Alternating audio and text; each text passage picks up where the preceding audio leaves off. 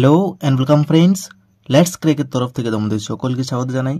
আজকে আমরা ডিভিজিবিলিটি অর্থাৎ বিভাজ্যতার একটি নতুন টাইপ নিয়ে আলোচনা করব, যে টাইপটি থেকে কিন্তু অনেকবার বিভিন্ন পরীক্ষায় কোয়েশ্চেন এসে থাকে। তো এই টাইপটিকে আমরা পরীক্ষার হলে স্মার্টলি কয়েক সেকেন্ডে কীভাবে করতে পারবো তা আজকের এই ভিডিওতে দেখে নেব। তাহলে চলো স্টার্ট করা যাক। খুব সিম্পলি আমরা একে কয়েক সেকেন্ডে করতে পারবো। দেখে নেওয়া যাক ফার্স্ট কোয়েশ্চেন।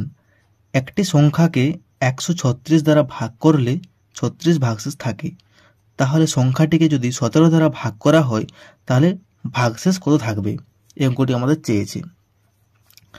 তাহলে আমরা কি করব না, এই যে বলেছে এখানে এত দ্বারা ভাগ করলে এত ভাগশেষ থাকবে, তাহলে আমি কি করব না, এই দুটিকে যোগ করে দেব।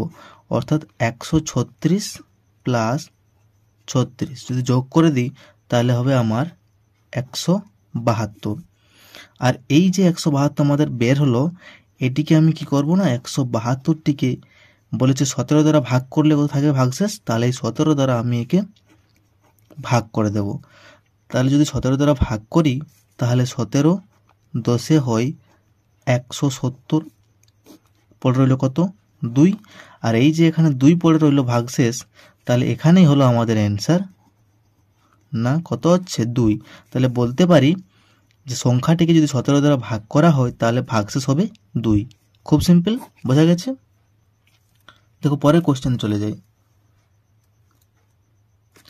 একটি সংখ্যাকে 114 দ্বারা ভাগ করলে 21 ভাগশেষ থাকে, তাহলে সংখ্যাটিকে 19 দ্বারা ভাগ করলে কত ভাগশেষ থাকবে? এটিও ঠিক আগের মতোই।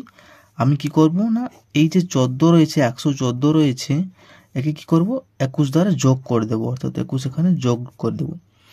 যোগ যদি করি তাহলে হবে আমার 135। এই 135কে আমি কি করব না, বলেছে 19 দ্বারা ভাগ করলে, তাহলে এই 19 দ্বারা আমি একে ভাগ করে দেব।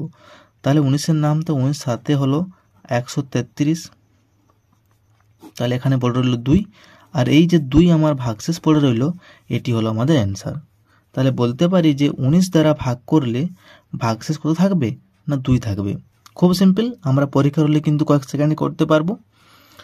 তাহলে আজ এ পর্যন্তই, আশা করি তোমাদের বোঝাতে পারলাম। খুব শীঘ্রই নেক্সট পার্ট নিয়ে আসছি, ততদিন সঙ্গে থাকুন এবং ভিডিওটি ভালো লাগলে অবশ্যই like, comment, share and subscribe করুন এবং পাশে থাকা বেল আইকনটি ক্লিক করুন। So take care, keep growing and stay motivated.